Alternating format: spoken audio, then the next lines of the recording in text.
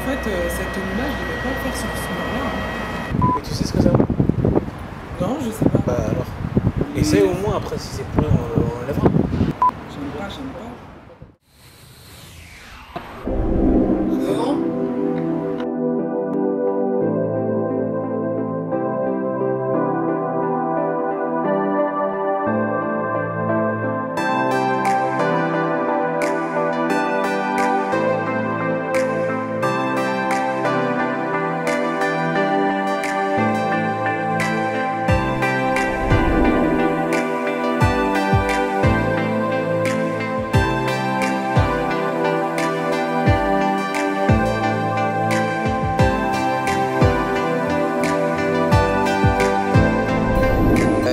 En ce moment, une polémique qui s'est un peu calmée, mais quand même on en parle.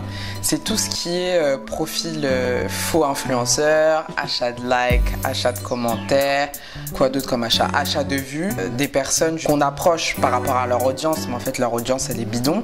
Et moi je voulais avoir ton opinion là-dessus.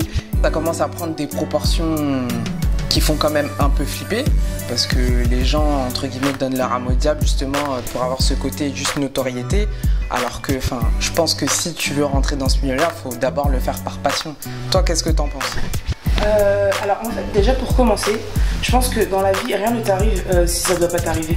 Donc ça sert à rien de vouloir forcer quoi que ce soit ou quoi ou qu'est-ce. En fait le truc c'est que moi j'ai vu la polémique, j'ai observé de loin.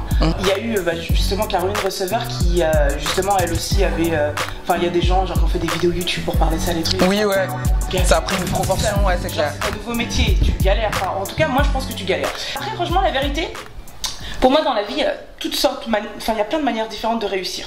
Il y en a qui vont coucher, il y en a, enfin tu vois, souvent c'est ça qu'on connaît, c'est elle a couché avec un tel pour réussir, elle a fait si, bon maintenant tu rajoutes l'achat de followers. Mais quand bien même, c'est pas mon problème, je m'en fous, tu fais ce que tu veux chez toi. Parce que à côté de ça, moi je vais pas juger quelqu'un pour son nombre de followers, je vais pas considérer quelqu'un pour son nombre de followers, je vais le considérer pour son travail, je vais le respecter pour son travail. C'est-à-dire que si tes visuels me parlent, je m'en fous. Moi je vais pas suivre parce que t'es suivi. Mais parce que t'as atteint un certain niveau, parce qu'on va dire de rien. En vrai, non, mais quand si même. tu regardes bien, non, franchement, la vérité, si tu regardes bien, aujourd'hui. Quand on se fait envoyer un colis de Savage Fenty, c'est que quelque part on est arrivé à un sommet. J'étais contente. Non, mais vraiment, j'étais contente. Non, en fait, tu sais, je pense qu'aujourd'hui, les marques ne sont pas dupes. Moi, je parle souvent avec des marques qui me disent on n'est pas dupes. On est plus sur le content, on est plus sur le contenu. Ils ont eu la pression aussi. Oui, mais parce qu'en fait, aujourd'hui, ça s'est démocratisé. C'est-à-dire que tout ce qui est entre guillemets l'achat, les trucs, les machins, ça s'est démocratisé. Donc ça y est, c'est fini. Et puis moi aujourd'hui, quand je parle avec Assos il me dit non, nous on regarde au style. On s'en fout du nombre de followers. Pour moi, entre guillemets, il y a tellement plus haut encore. Ouais, mais après tout le monde n'a pas ton style, tout le monde n'a pas ta communauté. Enfin, t'as combien là? On est à 70 000, je crois. 70 000. T'as une communauté super engagée. Alors c'est là où vient. Par rapport à des personnes qui ont 2 millions. En fait c'est ça, c'est que quand t'es une marque, ça dépend ce que tu recherches. C'est pour ça qu'après chacun fait ce qu'il veut, aller chercher, qui aller acheter. Moi j'ai autre chose à foutre, j'ai pas le temps d'aller regarder. Ouais, je comprends ton point de vue aussi. Non, je m'en fous en fait. Tu fais ce que tu veux. Elle s'en fout les gars.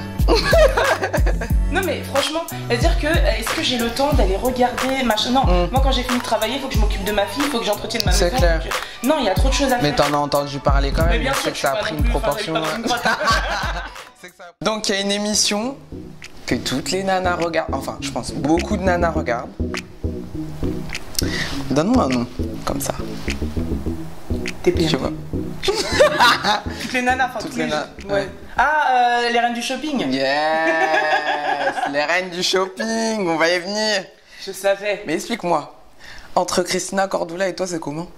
Ben y'a rien, je l'ai jamais rencontré. Tu l'as jamais rencontré? Non. En fait le truc c'est que, très honnêtement, moi j'en ai marre, la vérité, qu'on me parle d'elle. Je vais t'expliquer pourquoi. Dis-moi. Parce que à l'époque j'ai fait une émission de télé qui parlait de la grande taille, etc. etc. C'était sur Énergie 12, non?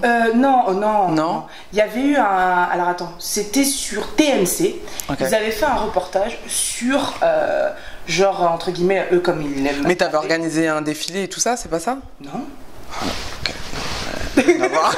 Ok. Non, ils avaient fait un reportage sur l'obésité dans toute sa splendeur. D'accord, ok. En fait, j'avais fait ensuite, à la suite de cette émission, ils m'avaient organisé des interviews. D'accord. Et donc du coup, c'était différentes interviews avec des journalistes. Et c'est vrai que souvent, la même question qui était hyper redondante de leur part, c'était Christina Cordula. Comme c'est la papesse de la mode, du coup, ils voulaient... Ouais, enfin bon... Non, enfin c'est eux qui ouais, le proclament. ouais. Et du coup, ils voulaient avoir mon avis sur le sujet. Parce qu'ils savaient très bien qu'automatiquement, etc.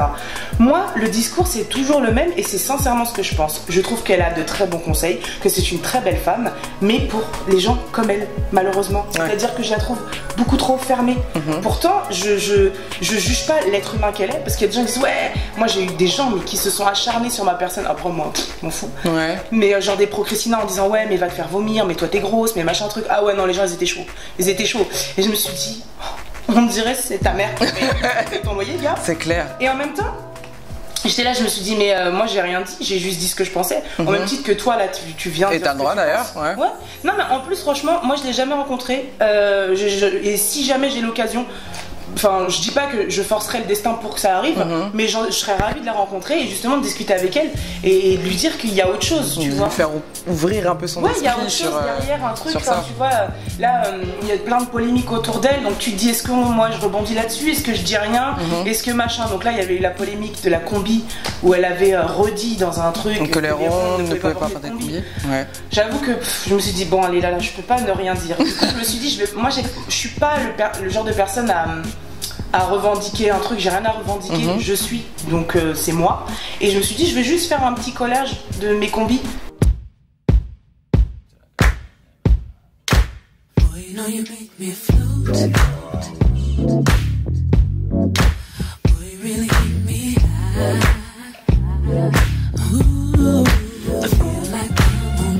En disant que si, on peut être...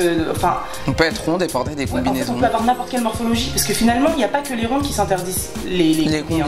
Il y a plein d'autres femmes. Hein. Et souvent sans, c'est pas français. Souvent, on s'attarde sur les femmes rondes, mais je pense que le mal-être et le manque de confiance en soi, ça touche tout le monde. Ça touche tout le monde. Toutes les femmes et beaucoup d'hommes aussi, de plus en plus. C'est vrai. Je sais que t'es très énergie, tout ça, et moi je suis pareil. On me prend un peu pour une barjo, mais je reste comme ça, et c'est vrai que c'est pas facile, et franchement, je te félicite pour ça. Ah, merci. Et justement, par rapport à ça, tu parlais tout à l'heure de réussite, chacun a son moyen d'arriver à sa réussite. Pour toi, c'est quoi ta définition de la réussite? C'est pour moi, c'est la paix intérieure. C'est-à-dire que je pense qu'on est tous à la recherche d'espèce d'alignement, d'équilibre. Et des chakras. Ouais, mais vraiment. Mais pour moi, c'est très important. Et je pense que c'est ça, parce que finalement, après, ça dépend. Chaque personne trouve son bonheur dans quelque chose de différent. Oui, c'est clair. C'est ça, c'est de le trouver. Bonheur. J'ai pas inventé la phrase. mais non, mais c'est ça en fait. Je pense qu'on est tous à la recherche d'une espèce de paix, de sérénité. Et en fait, on la cherche. Des fois, on la trouve. Des fois, on a l'impression que c'est là-dedans qu'on va la trouver. Mais en fait, non. Ouais, tu vois, genre dans l'argent, des trucs comme ça et tout. Et ça y contribue, mais ça fait pas tout. Et donc, ouais, non, franchement, je pense que c'est ça. Moi, je recherche à être en paix et il faut stimuler ma créativité. Donc, moi, tant que ma créativité est stimulée, ça va. Ok, ça marche. Et pour finir, ton Instagram marche du tonnerre. Tu produis en quantité et en qualité. Ah, mais demain. En ce moment, je fais rien. Ah non, franchement, ton contenu me plaît toujours autant. Mais si Instagram demain n'existe plus, qu'est-ce que tu fais? Je ferai des t-shirts avec des photos dessus. Non, plus sérieusement quand même. Écoute, j'ai plein de choses. J'ai envie de faire plein de choses. Moi, je pars du principe où Instagram aujourd'hui, c'est une plateforme qui me permet de divulguer mon art. Ok. Je pense qu'après, il y a plein d'autres manières. C'est une carte de visite pour toi? Ouais. Ok. C'est juste un moyen de communication, comme là, je suis en train de te parler, parmi tant d'autres. C'est celui que je préfère parce que la photo, c'est ce qui me parle le plus. Ouais, comme tu dis. Mais du coup, non, franchement, je pense qu'il y a plein d'autres choses. Après, moi, je vis beaucoup au jour le jour. C'est-à-dire, chaque projet, tu vois, même si c'est plusieurs projets en même temps, mais une fois que c'est fait, on passe à autre chose. Voilà, et continuellement, et je suis open toujours à avoir un truc qui me tombe sur la tête en disant oh, mais ça, je l'attendais pas, c'est trop bien. Et voilà, je pense que c'est ça, je me prends pas la tête. Moi, je vis qu'une fois, je sais quand elle a commencé, mais je sais pas quand est-ce qu'elle va finir. Ouais, et je préfère me dire, mais tranquille. Ok, chaque chose en son temps. Et tu penses pas justement à... Non, j'ai envie C'est plus anxiogène peut-être pour toi. En fait, non, c'est juste que c'est ce que je te disais tout à l'heure en off, c'est court, long, moyen terme. Chacun sa définition. Moi, pour moi, long terme, c'est là. C'est genre septembre à décembre. Long terme. C'est long terme. Court Court terme, terme, c'est là, cette semaine. Ouais. Et moyen terme, c'est avant la rentrée. Ok, ouais, on n'a pas les mêmes deadlines. Ok, ça marche. Bon, en tout cas, merci Lala d'être venue. Ça a été un réel plaisir. Et voilà, on vous fait des bisous. Bye bye.